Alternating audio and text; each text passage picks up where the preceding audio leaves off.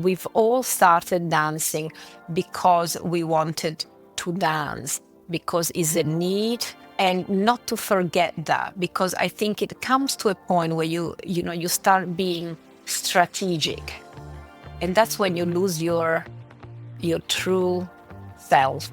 When you become too strategic about, oh, now I've got to do this because then I'll do that just go with your passion and love for dance, and things will happen. Hi, and welcome to The Leadership Dance. I'm your host, Alissa Lynch, and today I'm excited to speak with Alessandra Ferri. Described by the New York Times as one of the greatest dramatic dancers of all time, Alessandra Ferri has had an extraordinary career spanning decades. She became the Royal Ballet's youngest ever principal at 19, where Sir Kenneth Macmillan created several roles for her. She later joined American Ballet Theatre at Mikhail Baryshnikov's invitation, performing iconic roles and working with legendary choreographers like Jerome Robbins, Agnes de Mille, and Twyla Tharp. Named Prima, Ballerina, Assoluta at La Scala, she has danced with top companies worldwide, including the Royal Ballet and the English National Ballet, among others.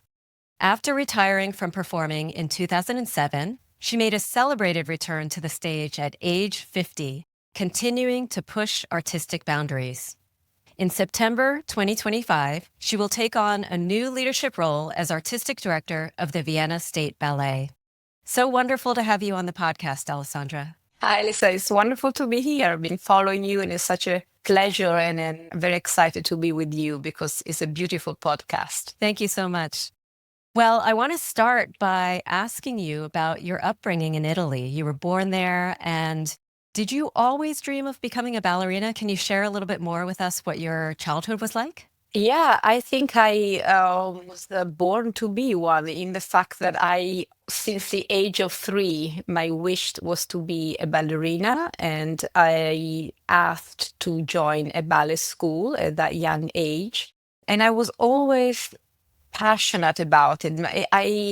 It wasn't about being on stage and wearing the tutu and the flowers, as little girls do, but I was always passionate about studying dance and ballet. I love the studio work, even at the very young age. And my parents were not at all in the world of theater or dance or music.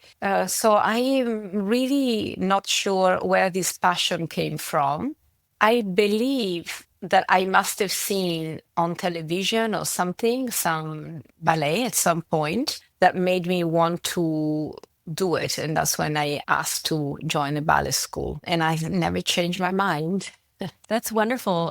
What did your parents do? My father was an engineer. He worked for Pirelli. They make tires for cars. And so he was an engineer with them.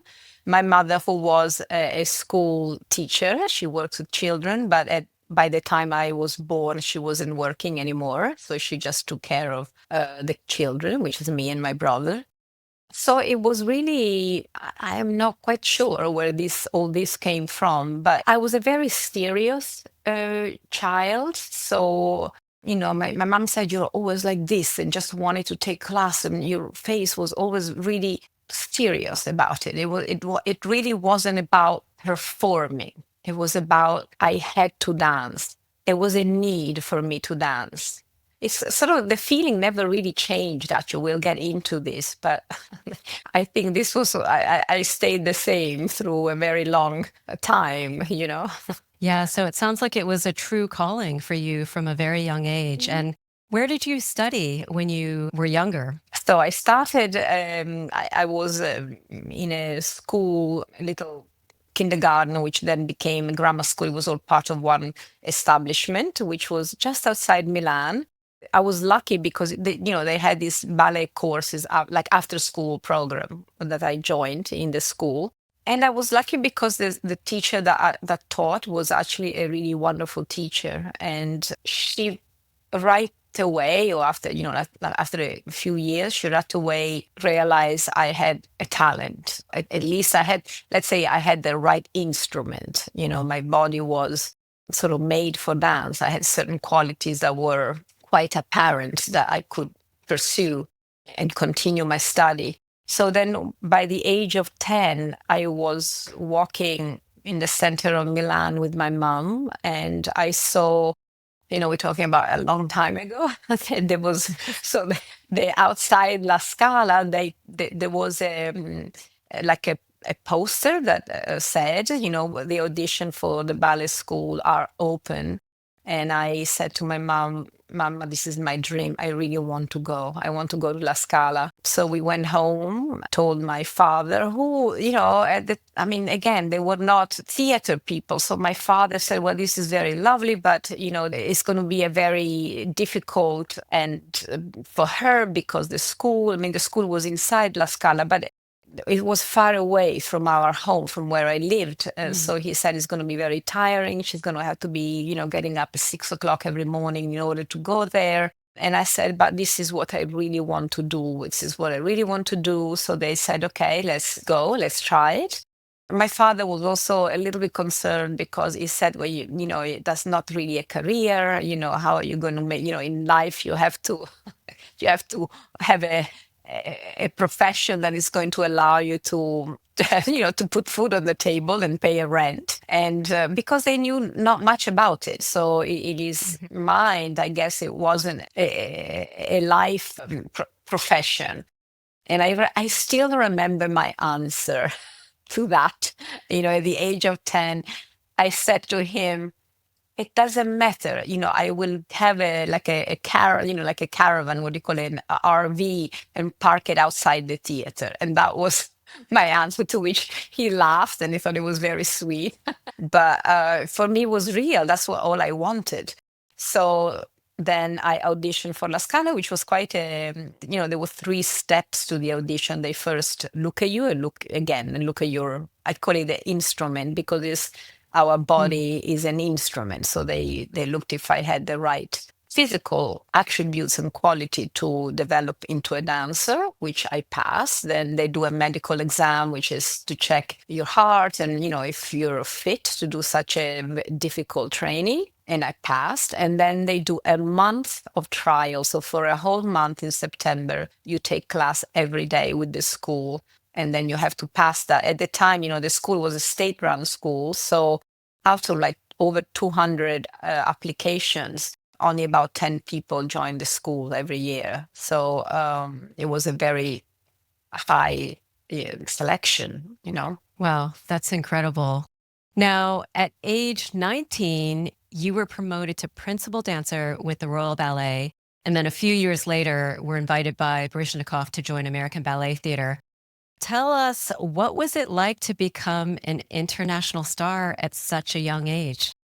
In the very beginning, I joined the company when I was barely 18 years old, actually. I didn't even really finish the school. I just joined the company because Kenneth Macmillan saw me in the school and saw me in a school performance and just wanted me to join. So I joined the company, and right away I was given principal roles. Because I didn't know any different, I joined and there I was. I was doing, actually the first role I ever did was Afternoon of the Faun with Jerome Robbins. And again, I was like a baby, I was a really, and then I started working with Kenneth, and I did his Juliet, his Manon, Meyerling, Maria Vetzera and Meyerling, all before the age of 20, and then he created 2 ballets for me, for one of which I won a Sir Laurence Olivier Award, and I was 20 years old.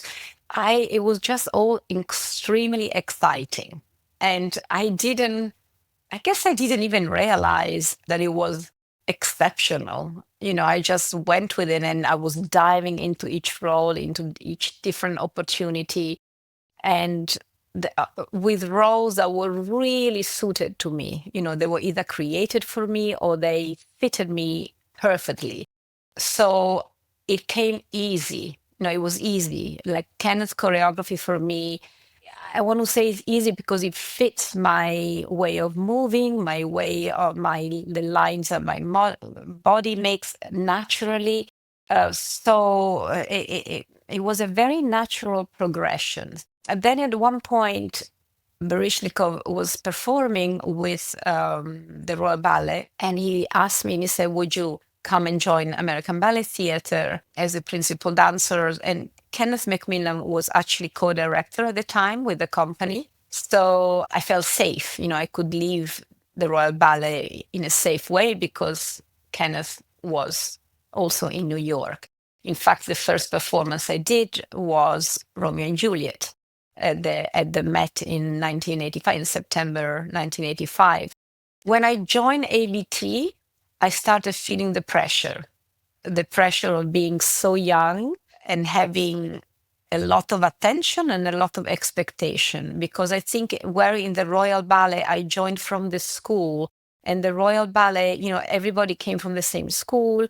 We all knew each other. We were very nurtured in the fact that we were all a big family, but really, everybody knew each other from a young age. Somehow I felt, when I arrived at ABT as a principal, it was a big realization that the people expected a lot from my position, from me. And I don't know if it's true or if it's just the way I perceived how I was feeling it. But, and it's different. You arrive in a company where I didn't know anybody, Yeah, and I felt I had to prove myself, where in London, I never felt I had to prove because it was a natural progression.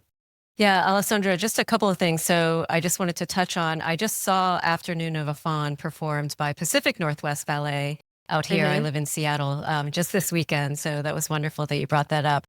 But on a prior episode, I interviewed Susan Jaffe, who's the artistic director of ABT. I serve on that board of trustees. And she talked about experiencing imposter syndrome after she was promoted. She was also promoted to principal dancer at a relatively young age.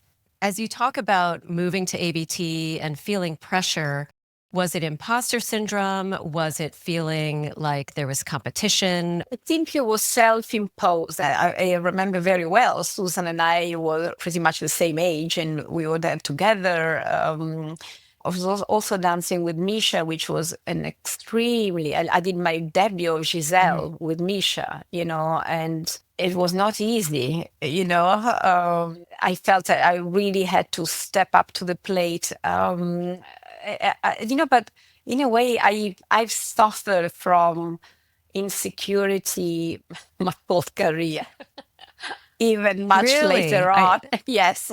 So, I don't know if to call it imposter syndrome or not, but maybe I expected so much for myself, and I knew where my weaknesses and my vulnerability technical were and have been, because I think we all have, we're all different. We all have some weaknesses. Nobody is superwoman or superman, but I think when you learn to embrace that with age and wisdom, and but when you're young, it's hard. It's hard because you see other people and you always think other people are somehow stronger or better. So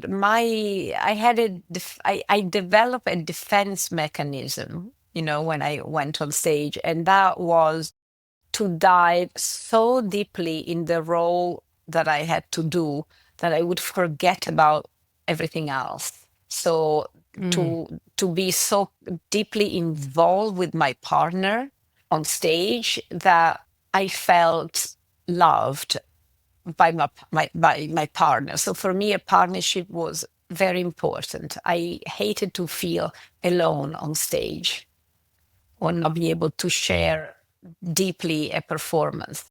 So they say I'm a good actress. Maybe that's why I became one. I don't know. Yeah, you really embodied the roles. And, you have performed with some legendary partners, including Misha, Rudolph Nureyev, Julio Bocca. Can you share any memorable experiences from these partnerships and how they impacted your evolution as an artist? I think with Rudolph, I met Rudolph when I was very young, in fact, because I met him when I was a child, because he came to La Scala to put on his Nutcracker, and I was one of the little kids around, in the party scene and all this. So I remember seeing him perform when I was 11, 12, So, of course, he didn't know me, but I knew him. And then I met him again when I joined the Royal Ballet because he was guesting with the company, and he will actually choreographed a piece for the Royal Ballet, The Tempest. So I was able to be around Rudolph also as I was growing up as an artist. And then finally, on the night of his 50th birthday, we were performing with American Ballet Theatre in Los Angeles, Giselle, and he asked to dance with me. So I danced Giselle with him on that night. And I will always remember he wasn't well anymore. He wasn't the Rudolph that we knew. He was 50. He passed away a few years later. The generosity he had on stage and the connection he had with me, the energy he had, I would never forget. I don't know, he was pure, he was really there, like 200%. And then what was very beautiful is that at the party after, he actually, at one point, he took me into the garden and he started telling me the way Margot used to do Giselle and certain moments of the ballet, of how he remember her doing it. And he said, you just want to think about this. So he shared, and I thought it was so valuable and so wonderful that he cared.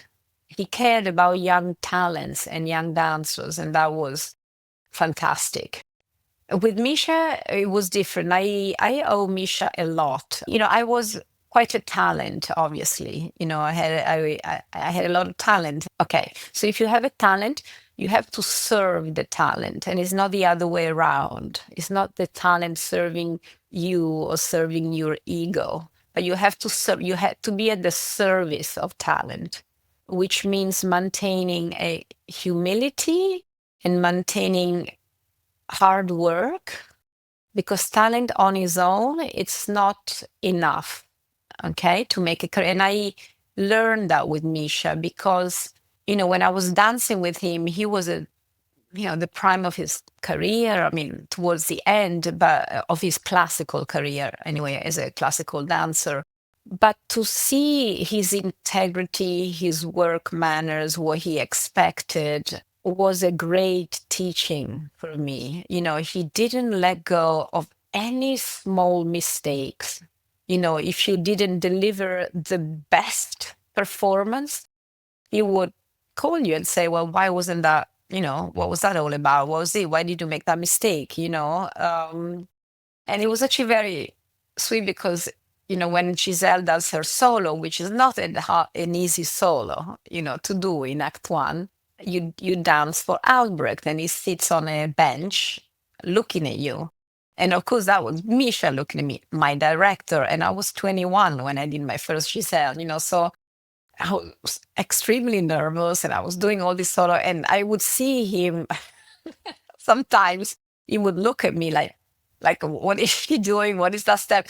So one day I said, Misha, please, can I ask him, no matter what you think at that moment, just don't show me. Because I just get very nervous. So, the next performance, he was like smiling at me. But he was great. I realized that it was really up to me to either step up to that standard or not, and I had pressure, I had fears, but I had to overcome them, or not letting my fear and my insecurity around the show.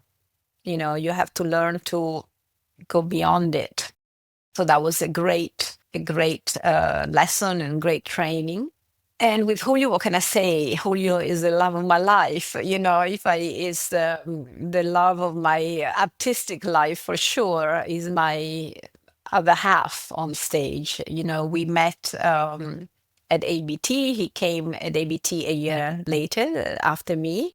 And at that point, after, a year or so, I think Misha started having an injury. So he stopped kind of doing major roles. And so he paired me off with Julio, this spark started, and we didn't let go of each other for over 20 years. So we danced all over the world, all kind of roles, and with Julio, we helped each other tremendously. And I don't want to say artistically or personally, because it's one thing, we are people, and we are people on stage with our strength, with our dreams, with our vulnerability.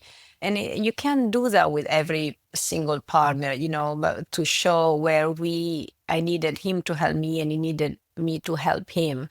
I think he was very less experienced than me in the artistic and acting side of dance, just because where I came from, my training with the Royal Ballet, the Royal Ballet is very well known for their acting abilities of their artists, and they still are. And I grew up with that. So for me, it was a natural aspect that I don't think it was for Julio, from his past and his childhood and where he trained.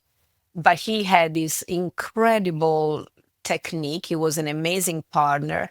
And I was very much, I felt I was quite a lot more insecure than him technically. I'm not a super technical dancer. Like all my life, I had trouble turnings. For me, it was always like a really anxiety when I had to do some very difficult turns in somewhere.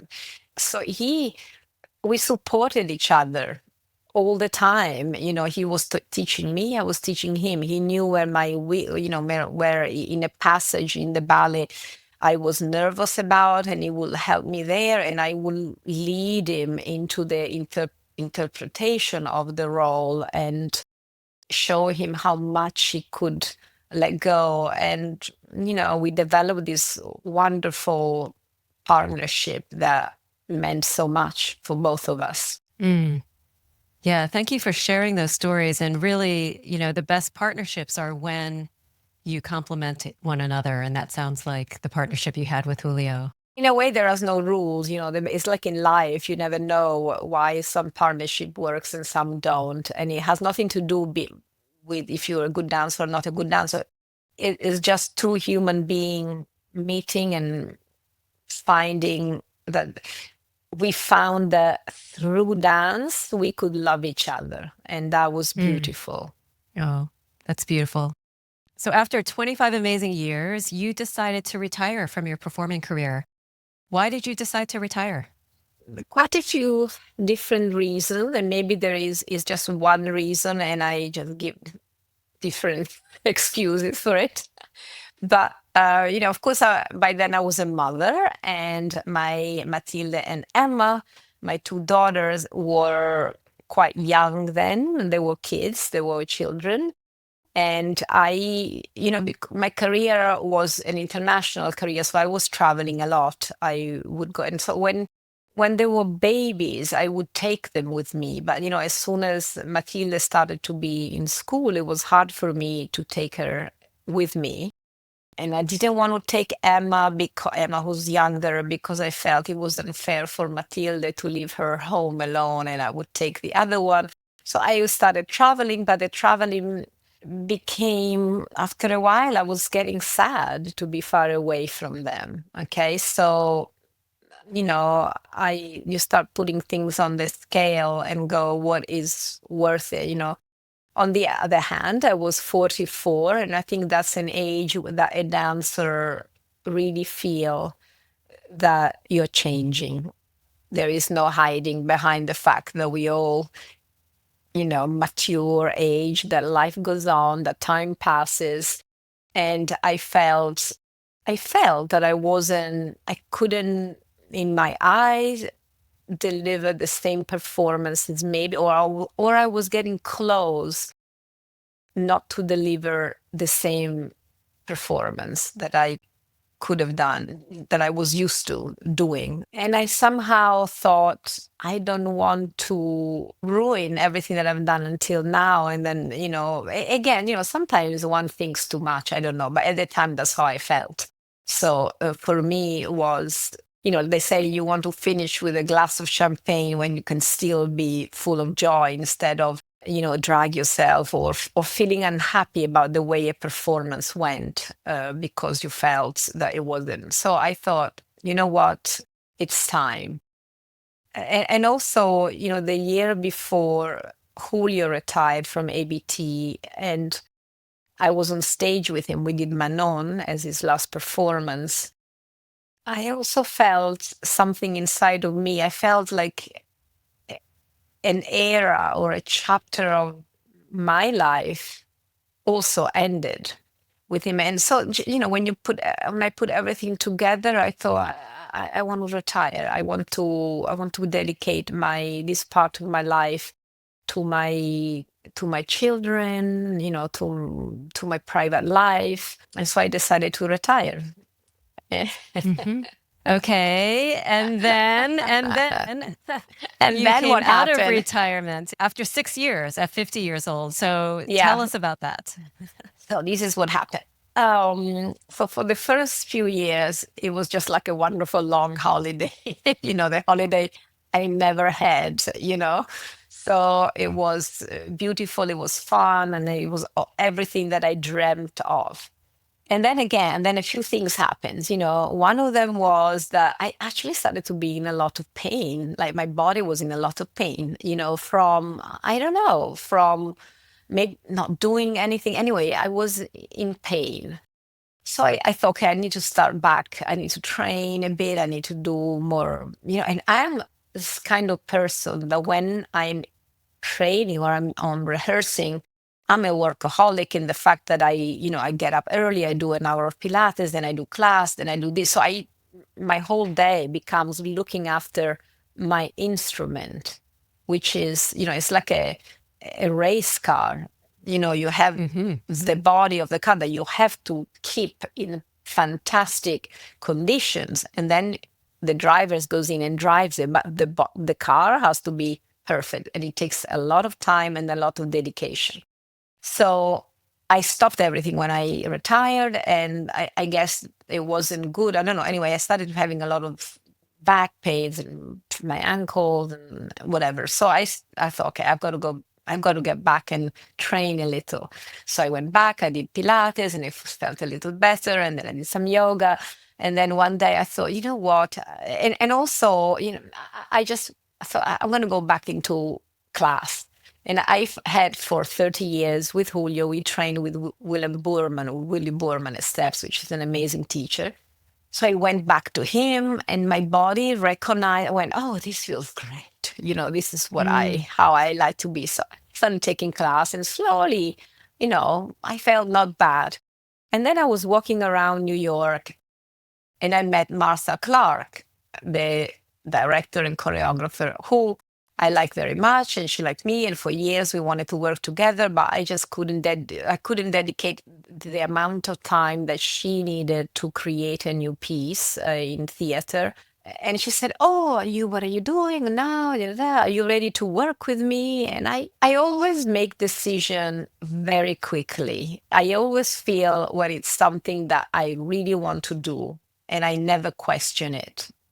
So I looked at her. I said, "Yes, I am ready to work with you," not knowing, what was going to happen. And so anyway, she said, "What shall we do?" And then she said, "Do you know the story of Chérie, the novel?" And I said, "Of course I do." And so we decided to do Chérie, and without having an idea of where or when. And then she said, "Who do you think Chérie should be?" And she said, "I love Herman." And I went, "Well, I love Herman too. He's a wonderful artist and of course an incredible dancer." But so anyway, this project was born and we performed it for many performances at the Signature Theatre. And it was the perfect thing for me, the perfect project, because it wasn't hard dancing. I was not on point. It was half acting, half dancing. So it was a great way to get back. And I did not expect, and I thought, okay, I'll do this. Maybe there'll be some other interesting small project off Broadway just to experience something else. But at one of the performances of Chérie, there was Wayne McGregor who watched the performance. Brilliant choreographer. Yes. Brilliant choreographer, a genius, Yes. and a wonderful man. So he said, "Can I speak with you?" And I said, "Yes." And he said to me, "I am about to start to create a work, a 3-act work based on Virginia Woolf. And I'm looking for a dancer that can do Virginia Woolf." So I, of course, knew Wayne. I didn't know Wayne, but I knew his work. And his work is very physical, and I was 51. So I said, wait a minute. I said, do you understand that I am, I'm 51? And do you understand that I don't know if I can do it? He said, "I'm looking for her soul. I'm looking for somebody who can lead." And I said, "Look, I can definitely give you that. And I come from a very different background than you. My way of performing is very different from the way you create work." And he said, "I know, but I think we can find a common ground. And can you think about it?" Again, I feel when is the right thing, and when, I believe that there are trains that in life, that go by and they stop in front of you and they go, "Do you want to come up on the train and take this journey or not?" And then once they're gone, they're gone. And some trains I'm not interested, but this train I was very, I don't know, it lit something inside of me, and I went, "I'll do it." And I do this, I said, it's the same way when I left the Royal Ballet. I said to Misha, yes.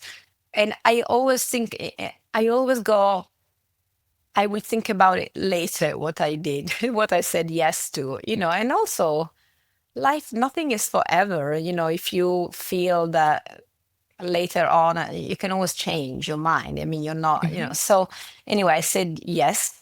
And then he said, okay. I think I had about 6 or 7 months before I had to turn up in London. So I started training really a lot and trying to feel somewhat in kind of shape that I could. Also, for me, was, going back to the Royal Ballet after so many years. I mean, I only did a couple of performances in all these years with the Royal Ballet. So it was a major commitment. Also, emotionally, it was a major step to take. Anyway, I said yes. And I guess I'm either a little crazy or very courageous. I'm not quite sure. Or both, or both. Of both. So I went to London, and we created this beautiful work. It really was I think this work has given me 10 years of of my second chapter, doing Wolf works, because I don't know, it has opened many doors. And I think that it's been important, to have such an amazing role created at my age for a ballerina at 52. It has opened doors, maybe not just for myself, but in general, to show. I mean, of course, one has to keep in change. Not everybody can do it just because they're 52. You have to commit. But if you really commit, life goes on, and we can age. Age exists and time passes. But if we embrace it beautifully, we have a lot to give later in life. And I feel very proud of myself to have had the courage to do this and continue, And after Wolfgang, there were many other works that I did that were very interesting. Yeah. So, Alessandra, I want to pick up on what you were just talking about around aging and how you've been able to sustain such a long, successful career. There's a lot of talk and investment in the longevity sector. So, can you share what are your secrets to longevity that, anybody maybe can follow? First of all, it really is to embrace aging. Because if you fight age, you lose. We cannot fight age. We cannot fight the passing of time. I don't even like to call it age, but the passing of time, we cannot fight. Time will pass, and we change. We change physically. We change. Many things change. Everything changes. We change inside. Most often inside we change for the best. Outside, Sometimes not. but but if you embrace it, it's the important thing is to know where you are and to work with who you are now. It was not easy for me to go into class every day for all these last 10 years and see and feel that I was not the dancer that I was when I stopped. I was not the dancer that I was when I stopped. And I had to look at all these beautiful, talented, strong young dancers next to me every single day. And I had to confront myself with them. It was not easy. Sometimes I felt like, am I crazy? What am I doing? But I had to always get in touch with the love that I had, the passion and the belief that I have in dance. And of course, you have to adapt. You have to choose the right roles. I think if I was trying to do Giselle, it would have been not good. But understand where you are, understand who you have become is the secret to longevity. Because then you embrace the moment with the whole of yourself and with love towards yourself. So it was, I had to conquer it. It wasn't automatic. And I'm very grateful to Wayne for this because he was the one that offered me this and he was the one that saw that this was possible. And I think I am very grateful to him. Also, he has made me otherwise I would have been anyway a dancer who had a repertoire that stopped at the beginning, of the 20th century, really. And now I understand what dance has become and what ballet has become today through his work. Then we did, of course, After Right for American Ballet Theatre. And then I was able to work with John Neumeier, who created another wonderful piece for me after Wolfworks on Eleonora Duse. And they were all women of my age. So I embraced that, and it was fantastic to be able to dance my age and to dance my woman, the woman that I am, and not anymore trying to be the adolescent Giselle or Juliette or Manon falling in love for the first time. That would have been, I'm the first one that I would not have believed that. And that was also one of the reasons why I stopped it when I was 44, because I started not to believe myself in those roles. But I can definitely believe myself in Virginia Woolf. So it opened a whole new chapter. That's wonderful. And what a gift to be able to work with Wayne on Wolfworks. And what a gift he has given to us in bringing you back to the stage. So Alessandra, you'll soon be stepping into a new role, which is artistic director of Vienna State Ballet. Did you have aspirations to become an artistic director as part of your next chapter? And can you share more about what your vision is for the company and what you're excited about? Yeah, I'm very excited about this new novel or chapter. I don't know how to call it, but this moment in my life. I think it's somewhat a natural evolution of my career. It has come, I was asked before to be a director of, in fact, of La Scala, when I stopped the first time, in 2007.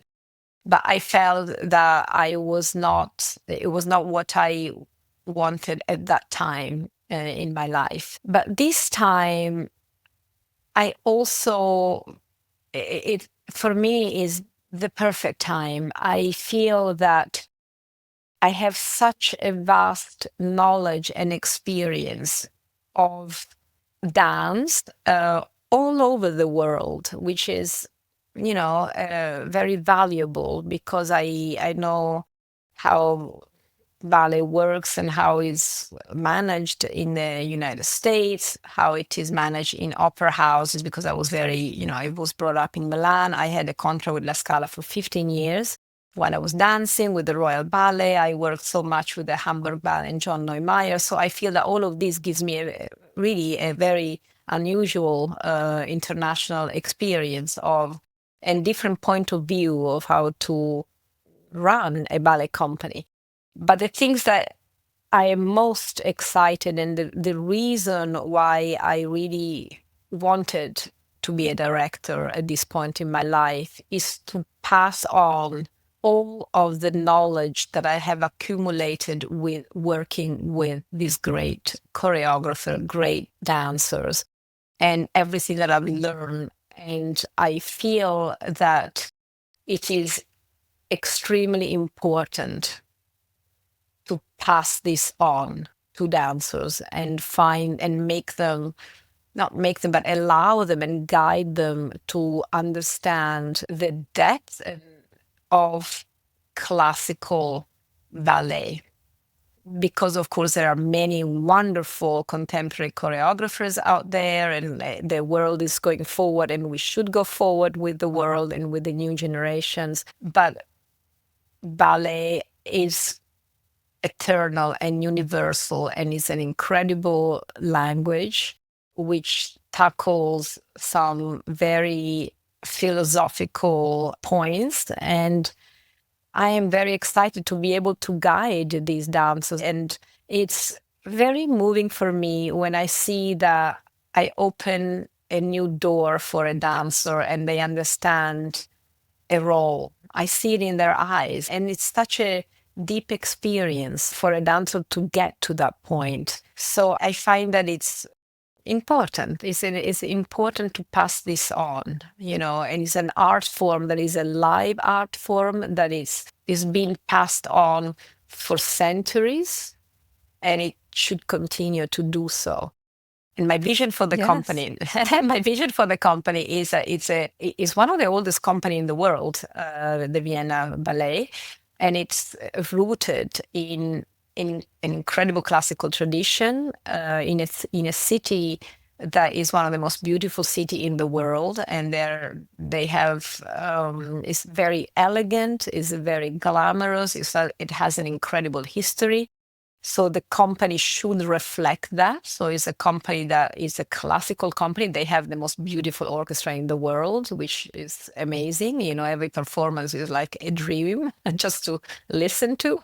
And I think that the company should reflect all of that and being a very strong classical company of today. So of today means with choreographers who are of today. So they are contemporary, but are able to create for a classical company with a classical language and vocabulary, and to look into the future of ballet. So I say of ballet and not of dance in general, because I think this, it's, so I want the company to have this identity. Well, you are the perfect person to be leading the company, and I can't wait to see what you do. So last question, Alessandra, reflecting on your journey, what advice would you give to your younger self about navigating your career while staying true to yourself?